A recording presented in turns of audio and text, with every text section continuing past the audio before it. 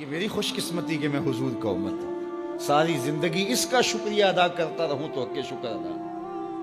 ہم حضور کے امتی، نبی انتظار کرتے رہے، نبی منتظر رہے۔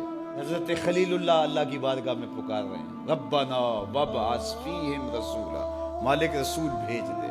وہ کہتا ہے لیسا بفظ ولا بغلظ، وہ ترشرو نہیں ہوگا، سخت مزاج نہیں ہوگا، ماتھے پہ شکنے لانے والا نہیں ہوگا، وہ پیار بانٹنے والا ہوگا۔ بس وہ آیا چاہ رہا ہے۔ حضرت عیسیٰ نے تو نام بھی بتا دیا نا، مبشرا برسول یاتی من بعد اسمہ احمد۔ لوگوں میں جا رہا ہوں، چلو نام بھی بتا دیتا ہوں، میرے بعد جو آنے والا اس کا نام احمد ہوگا۔ نبی انتظار کرتے رہے، 12 نبیوں نے انتظار کیا حضور کی امت میں ہونے کے لیے، تمنا کی۔ نستورہ راہب انتظار کرتا رہا، بحیرہ راہب انتظار کرتا رہا۔ شب ہجر کی سختیاں کوئی اس سے جا کے پوچھے، تیری راہ تکتے تکتے جسے صبح ہو گئی۔ زندگیاں گزار دی انہوں نے۔ سلمان فارسی کی کہانی سن لو، مجوسی کے بیٹے تھے، حق کی طلب میں نکلے، باپ نے گھر سے نکال دیا، ایک پادری کے پاس جا کے رکے، زندگی بھر اس کی نوکری کی۔ جب اس کا آخری وقت آیا، اس نے کہا میری تدفین کے بعد غموریہ چلے جانا، وہاں کا پادری خدا رسیدہ ہے، تجھے اس سے کچھ مل جائے گا۔ کہتے میں وہاں سے غموریہ آ گیا، پھر اس پادری کی ساری زندگی خدمت کی۔ جب وہ مرنے لگا تو اس نے کہا کوئی ایسا شخص نہیں ہے جس کے پاس اب میں تجھے بھیجوں، لیکن نبی آخر الزماں کے ظہور کے لمحے آ گئے۔ تو یہاں سے یثرب چلا جا، وہ اس نبی کی ہجرت گاہ ہوگی، تیری زندگی سنور جائے گی، تو نے بڑی محنت کی ہے، بڑی نوکری کی ہے میری۔ کہتے میں نے اس کو کہا کہیں ایسا نہ ہو میں دھوکہ کھا جو مجھے کوئی نشانی بتا دے۔ اس نے کہا 3 نشانیاں، ایک صدقہ نہیں لے گا، دوسرا ہدیہ رد نہیں کرے گا، تیسرا 2 کندھوں کے درمیان مہر نبوت ہو۔ کہتے ہیں میں نے اس کی تدفین کی، یثرب کی جانب جاتے ہوئے ایک قافلے میں شامل ہو گیا۔ انہوں نے مجھے پکڑ کے اپنا غلام بنا لیا، لیکن میرے پہ مہربانی یہ کی کہ مجھے بیچا جا کے مدینے میں۔ ایک یہودی نے مجھے خرید لیا، میں اس کے باغ میں گوڈی کرتا تھا، کام کرتا تھا، کھجوریں توڑتا تھا، لیکن میں انتظار میں تھا کہ کبھی وہ نبی آخر الزماں آئے تو مجھے دید ہو، کبھی عرش پر، کبھی فرش پر، کبھی ان کے در، کبھی در بدر۔ میں عاشقی تیرا شکریہ، میں کہاں کہاں سے گزر گیا۔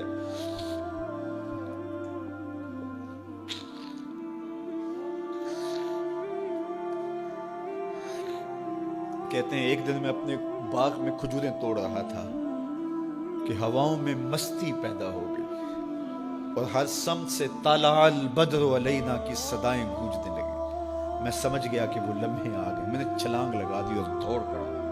میرے آقا نے سمجھا شاید غلام بھاگ گیا، اس نے دوڑ کے مجھے پکڑ لیا۔ میں نے اس کو کہا کہ میں نوکر تیرا ہی ہوں، لیکن دل نوکر کسی اور کا ہے، میں بھاگوں گا نہیں، مجھے جانے دے۔ میں کچھ کھجوریں لے گیا تھا صدقے کی نیت سے، جا کے حضور کو پیش کی۔ آقا کریم نے فرمایا ہم نبی صدقہ نہیں لیتے۔ کہتے ہیں نشانی ایک پوری ہو گئی۔ کہتے ہیں کہ میں کچھ دنوں کے بعد اور کھجوریں لے گیا، اور میری نیت ہدیہ کی تھی، میں نے پیش کی، حضور نے قبول فرما لی۔ لیکن میں بھی کہتا تھا تیسری نشانی بھی پوری ہو لے تو پھر مانوں گا، اور وہ کیا تھی؟ 2 کندھوں کے درمیان مہر نبوت۔ کہتے ہیں ایک دن حضور میرے باغ میں آئے، اور آقا کریم نے اپنے مبارک کندھے پہ چادر رکھی ہوئی تھی، اور چادر کی اوٹ میں مہر نبوت چھپی ہوئی تھی، اور میں پیچھے ہو کے دیکھتا تھا، اور میری آرزو یہ تھی کہ کوئی تیز جھونکا ہوا کا آئے اور چادر ہٹ جائے اور میں مہر نبوت کی زیارت کر لوں۔ حضور میرے ارادہ قلب سے آگاہ ہوئے، فَأَلْقَى إِلَيَّ رِدَاءَهُ، حضور نے چادر اتار کے میری جانب پھینکی، اور پھر ایسے رخ کر کے فرمایا انظر الی ما امرت بہ، اس پادری نے جو بتایا تھا دیکھ لے آ کے۔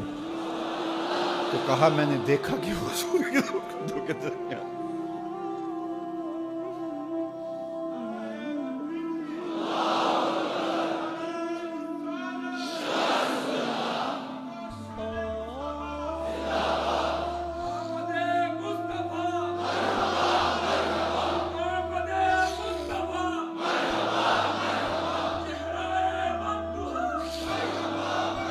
شب ہجر کی سختیاں کوئی اس سے جا کے پوچھے، تیری راہ تکتے تکتے جسے صبح ہو گئے۔ ہم نے تو کوئی انتظار نہیں کیا نا، ہم نے تو کوئی دکھ نہیں سہا، ہم سوئے تھے مقدر جاگ اٹھے.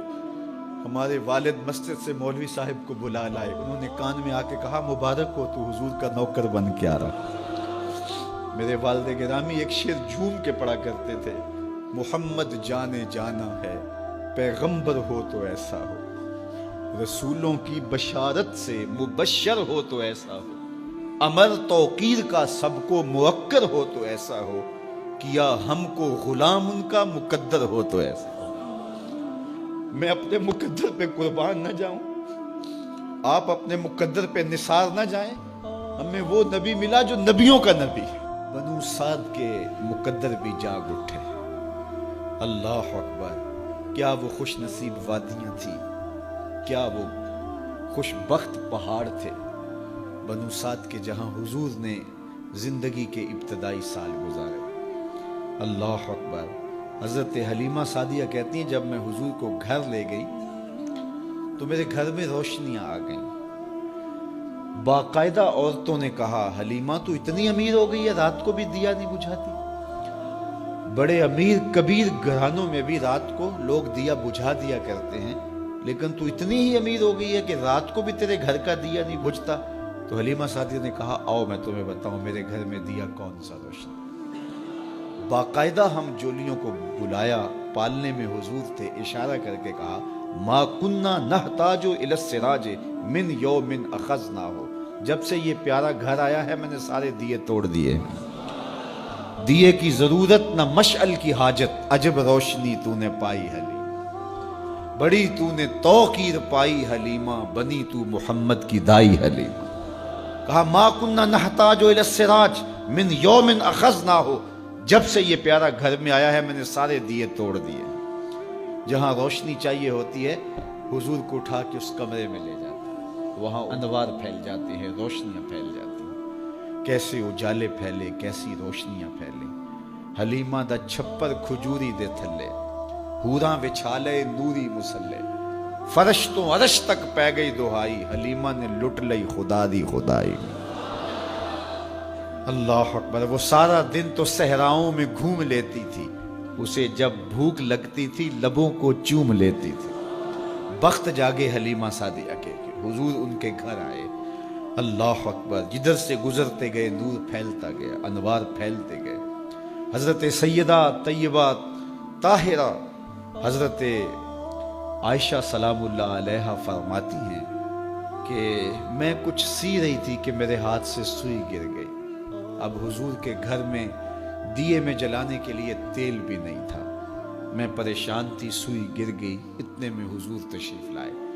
حضور مسکرائے, کہتی ہے میں نے گمی ہوئی سوئی تلاش کر لی. اللہ اکبر. تو یہ روشنی تھی, یہ انوار تھے. اللہ اکبر. اذا ضحک یتلالع فی الجدر, جب حضور مسکراتے تھے سامنے والی دیواروں پہ عکس پڑتا تھا.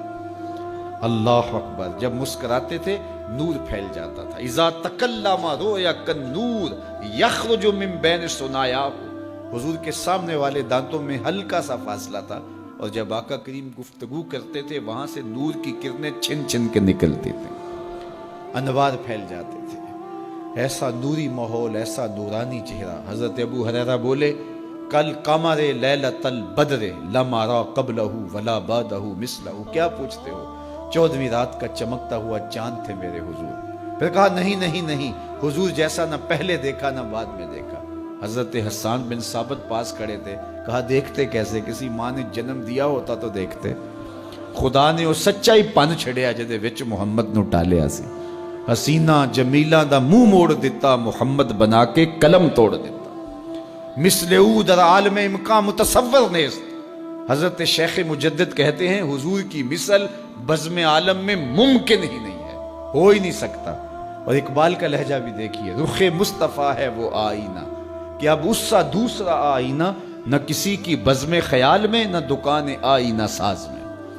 تو وہ پیکر تراشا, وہ پیکر تراشا, مکھ چند بدرشا شانی ہے, متھے چمک دی لاٹ نورانی ہے, کالی زلف تیک مستانی ہے, مخمور رکھی ہن مد بھری. کیسا جمال دیا, کیسا حسن دیا. اچھا بریلی کے امام سے بھی پوچھ لیجئے. اللہ اکبر. بل بل نے گل ان کو کہا, کمری نے سروے جاں فضا. بلبل کی منتہائے پرواز تو یہی ہے نا، کسی کو پھول کہہ دے. بلبل نے گل ان کو کہا، کمری نے سروے جاں فضا، حیرت نے جھنجھلا کر کہا یہ بھی نہیں وہ بھی نہیں. خورشید تھا کس زور پر، کیا بھر کے چمکا تھا قمر، بے پردہ جب وہ رخ ہوا یہ بھی نہیں وہ بھی نہیں. وہ حسن دیا وہ جمال دیا اللہ نے اپنا.